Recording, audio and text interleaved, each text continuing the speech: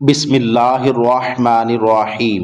ہمارے پیارے نبی حضرت محمد صلی اللہ علیہ وآلہ وسلم کو اللہ تعالیٰ نے بے شمار کمالات سے نوازا ہے۔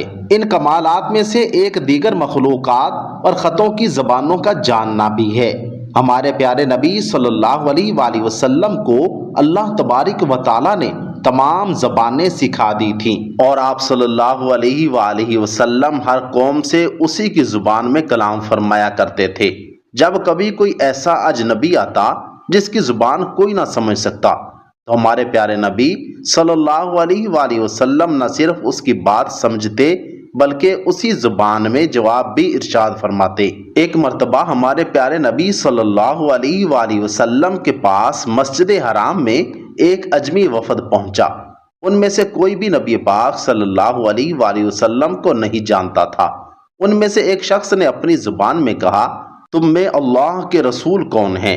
حاضرین میں سے کوئی بھی ان کی بات نہ سمجھ سکا۔ نبی کریم صلی اللہ علیہ وآلہ وسلم نے فرمایا، یہاں میرے پاس آگے آ جاؤ۔ وہ قریب آ گئے اور گفتگو کرنے لگے۔ آپ صلی اللہ علیہ وآلہ وسلم انہیں ان کی زبان میں جواب دیتے رہے۔ آخر کار انہوں نے اسلام قبول کیا، آپ سے بیعت کی اور پھر اپنی قوم کی طرف لوٹ گئے۔ ہمارے پیارے نبی صلی اللہ علیہ وآلہ وسلم نہ صرف عرب و عجم کی بولیاں جانتے تھے بلکہ بے زبانوں کی زبان بھی سمجھتے تھے۔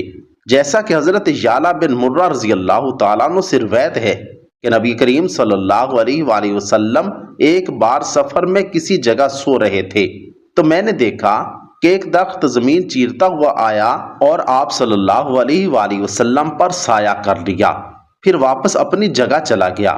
جب نبی کریم صلی اللہ علیہ وآلہ وسلم بیدار ہوئے اور میں نے اس بات کا ذکر کیا تو آپ صلی اللہ علیہ وآلہ وسلم نے ارشاد فرمایا، اس درخت نے اپنے رب سے اجازت طلب کی تھی کہ وہ رسول اللہ صلی اللہ علیہ وآلہ وسلم کو یعنی مجھے سلام کرے۔ اللہ تعالیٰ نے اسے اجازت عطا فرمائی۔ حضرت یعلا بن مرہ رضی اللہ تعالیٰ عنہ فرماتے ہیں، ہم نبی کریم صلی اللہ علیہ وآلہ وسلم کے ساتھ کہیں جا رہے تھے کہ ہمارا گزر ایک ایسے اونٹ کے پاس سے ہوا جس پر پانی دیا جا رہا تھا، یعنی اس وقت کھیت والے اس پر کھیت کو پانی دے رہے تھے۔ اونٹ نے جب نبی کریم صلی اللہ علیہ وآلہ وسلم کو دیکھا تو وہ بلبلانے لگا اور اپنی گردن آپ صلی اللہ علیہ وآلہ وسلم کے سامنے جھکا دی۔ حضور نبی رحمت صلی اللہ علیہ وآلہ وسلم اس کے پاس کھڑے ہو گئے اور فرمایا، اس اونٹ کا مالک کہاں ہے؟ مالک حاضر ہوا تو آپ صلی اللہ علیہ وآلہ وسلم نے فرمایا، یہ اونٹ بیچتے ہو؟ اس نے عرض کی، نہیں بلکہ یہ آپ کے لیے تحفہ ہے۔ مزید عرض کی کہ یہ ایسے گھرانے کا ہے کہ جن کے پاس اس کے علاوہ اور کچھ نہیں۔ آپ صلی اللہ علیہ وآلہ وسلم نے فرمایا، اس اونٹ نے شکایت کی ہے کہ تم اس سے کام زیادہ لیتے ہو اور چارہ کم ڈالتے ہو، اس کے ساتھ اچھا سلوک کرو۔ حضرت عبداللہ بن مسعود رضی اللہ تعالیٰ عنہ فرماتے ہیں، ہم نبی کریم صلی اللہ علیہ وآلہ وسلم کے ساتھ ایک سفر میں تھے۔ آپ قضائے حاجت کے لیے تشریف لے گئے تو ہم نے ایک چڑیا دیکھی جس کے 2 بچے تھے۔ ہم نے انہیں پکڑ لیا، چڑیا آئی اور پھڑپھڑانے لگی۔ نبی کریم صلی اللہ علیہ وآلہ وسلم تشریف لائے تو دریافت فرمایا، کس نے اس کے بچوں کے معاملے میں اسے تکلیف پہنچائی ہے؟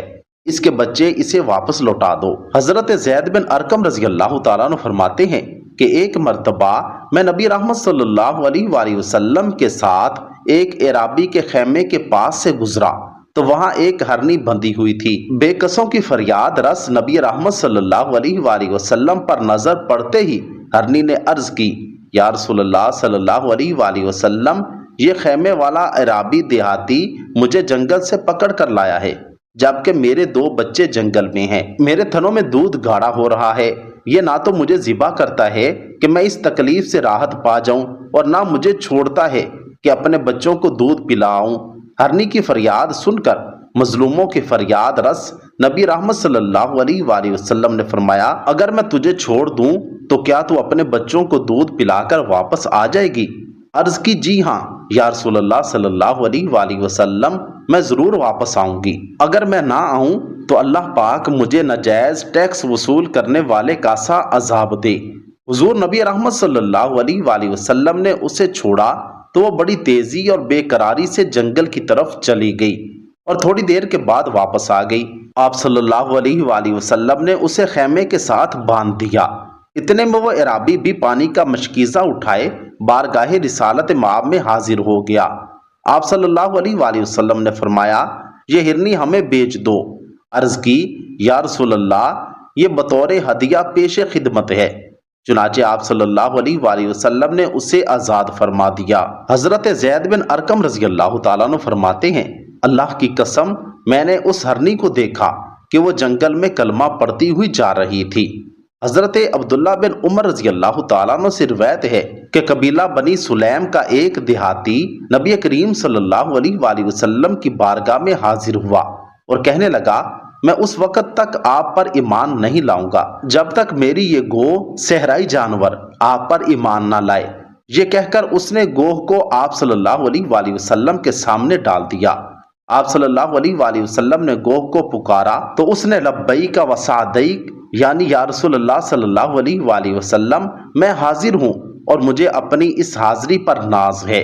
تمام حاضرین نے اس کی یہ بات سنی اور سمجھی۔ آپ صلی اللہ علیہ وآلہ وسلم نے پوچھا، تیرا معبود کون ہے؟ گوہ نے جواب دیا، میرا معبود وہ ہے کہ جس کا عرش آسمان میں ہے اور اسی کی بادشاہی زمین میں ہے، اس کی رحمت جنت میں ہے، اس کا عذاب جہنم میں ہے۔ پھر آپ صلی اللہ علیہ وآلہ وسلم نے پوچھا، اے گوہ، یہ بتا کہ میں کون ہوں؟ گوہ نے بلند آواز سے کہا، انت رسول رب العالمین و خاتم النبیین، آپ رب العالمین کے رسول ہیں اور خاتم النبیین ہیں۔ جس نے آپ کی تصدیق کی وہ کامیاب ہو گیا اور جس نے آپ کو جھٹلایا وہ نامراد ہو گیا۔ یہ منظر دیکھ کر دیہاتی اس قدر متاثر ہوا کہ فوراً ہی کلمہ پڑھ کر مسلمان ہو گیا اور کہنے لگا کہ یا رسول اللہ صلی اللہ علیہ وآلہ وسلم، میں جس وقت آپ کے پاس آیا تھا تو میری نظر میں روئے زمین پر آپ سے زیادہ ناپسند کوئی آدمی نہیں تھا، لیکن اس وقت میرا یہ حال ہے کہ آپ میرے نزدیک میری جان اور میرے والدین سے بھی زیادہ پیارے ہیں۔ آپ صلی اللہ علیہ وآلہ وسلم نے فرمایا، اللہ کے لیے حمد ہے جس نے تجھ کو ایسے دین کی ہدایت دی جو ہمیشہ غالب رہے گا اور کبھی مغلوب نہیں ہوگا۔ پھر آپ صلی اللہ علیہ وآلہ وسلم نے اس کو سورہ فاتحہ اور سورہ اخلاص کی تعلیم دی۔ دیہاتی قرآن مجید کی ان دو سورتوں کو سن کر کہنے لگا کہ میں نے بڑے بڑے فصیح و بلیغ، طویل و مختصر ہر قسم کے کلاموں کو سنا ہے، مگر اللہ کی قسم میں نے آج تک اس سے بڑھ کر اور اس سے بہتر کلام کبھی نہیں سنا۔ اللہ رب العزت سے دعا ہے کہ اللہ رب العزت ہمیں اپنے اس سچے دین کو سیکھنے، سکھانے اور اس پر عمل پیرا ہونے کی توفیق عطا فرمائے۔ کمنٹ سیکشن میں آمین ضرور لکھیے گا۔